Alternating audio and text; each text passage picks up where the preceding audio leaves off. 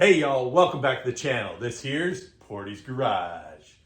On today's episode, we're at Mick's garage actually, and he waited until it was bone-chilling cold here in Michigan to do the undercoating on his Tacoma. He just needs to man up. You know, I had to put the boats away, use the boats all summer, so you got to appreciate. I got the hot tub fixed when it was warm out, so there you go. You better be appreciative and not just complain about the snow. It'll cost you a few cold beverages in the hot tub, but let's get on to this. So what are we doing today? So Mick is going to take us through doing a 2023 Tacoma undercoating using the surface shield. So go ahead and take it away, Mick. All right, let's get the camera turned around. I'm going to have you hold it, and you'll be lucky. I'll be climbing under here, spraying it. You can just hold the camera and stay nice and warm and don't get your feet dirty or anything. But let's turn the camera around. I'm going to show you what I'm using, talk about a couple of components, why I chose the surface shield here. So let's get the camera turned around and we'll get to it. All right. So hey, first, before we get on the parts, look at the mud at the bottom of the garage here. Living in Michigan in the winter, you get tons of mud, tons of salt. The underside of these cars and trucks rust all the time. And Tacomas are known for that, and that's why I'm putting this on here. So let's start with the gun first over here. So I did just pick up on Amazon. I don't know how well it's going to work. We are going to find out. You may hear some cussing if it don't work properly. But this is made for undercoating. TCP Global, we'll put a link below. And there are some instructions on the back that the gun is rated for 45 to 100. That's what'll work. Max pressure 130. So just remember those numbers. So you can see here's the gun. Comes with the reservoir or the tank to hold the material. It's got the spray. I did upgrade and got the regulator here, and I currently have it set at 90 psi. So that's on the regulator there. And you'll see there's actually instructions on surface shield. So let me tell you why I picked surface shield here. I did a lot of research on YouTube, and there was one video, and if I can find a link, I'll put that link there. The guy did a great job. He tested metal with all kinds of undercoating for 2 years. And fluid film and surface shield seem to work the best. So in surface shield, they say will work for 2 years. And I have had it on for 2 years. If things look good, but it's time to do it again. So there are instructions here, and I got it in front of my work lamp. Keep it warm, just keep things a little softer. What does it say here? Working pressure 60 to 120, and it says best results 80 to 100. That's why I have the gun set at 90. Because when I release it, you watch the gauge when I release it, it drops to 80. So I've got this set up with a 17-gallon tank in the back of the garage. Let's get set up and see if this gun works here. Giddy up. Yep. So hey, before I open this, I just wanted to tell you, the first time I did the undercoating, I used about 4 of these cans. It was warmer, so it was easier to hold. You can see it's all oily already. The problem with this is every so often the tip gets clogged and it doesn't come out well, and also they come off quite easy, and you can see how gummed up that is in there. So that's why I'm gonna try the gun with the can. So let me get some paper on the ground, fill this up, let's see if it works. So I'm under the car, you can see it's still dirty. They say this stuff will seep through the dirt to the base metal. And looking under here, I see maybe a little rust starting on the leaf springs. These cross members look great up front here, right about here. They look great yet. And we had an older Tacoma before, and those were horrible. And the leaf springs are horrible. So I'm gonna start probably at this cross brace, work my way back. We'll see how this gun works.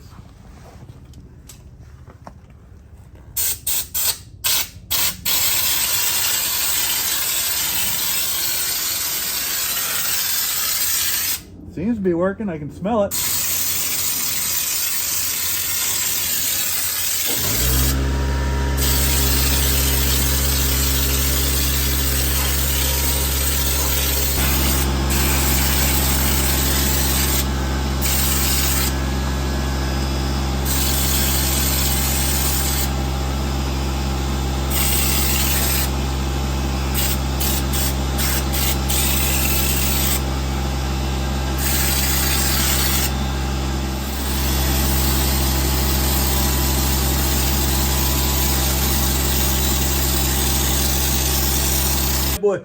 So, hey, things are going on pretty good here. It's actually working. The 80 PSI seems to go good. Hard to get the gun up and around some of these nooks and crannies. Getting a lot of the main parts. The dirt, I can see it clogging to the dirt. Let's hope it goes through, but I'm going to keep going here. Watch I don't get the phone.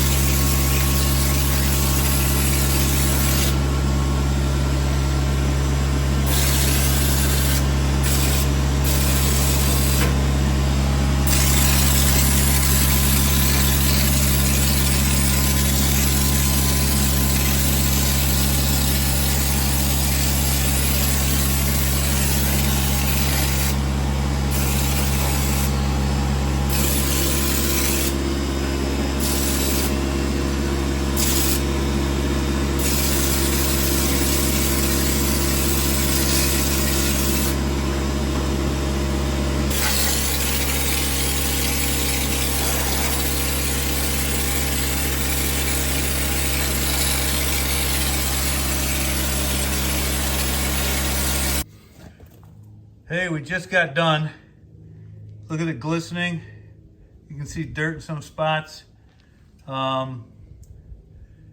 She looks nice now that she's out in the sun. Well, not really sun. There's no sun here in Michigan in the winter. But we got the light, you can see better. But you can see we coated things pretty well.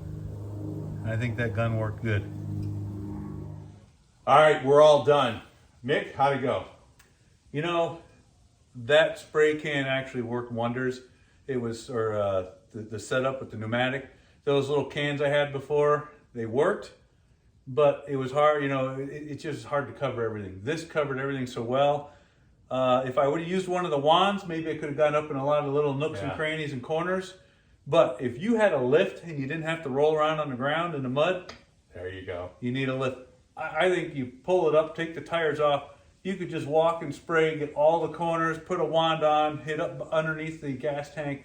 It would have been a 20-minute job at tops. Easy, easy. So I went through half gallon to cover this.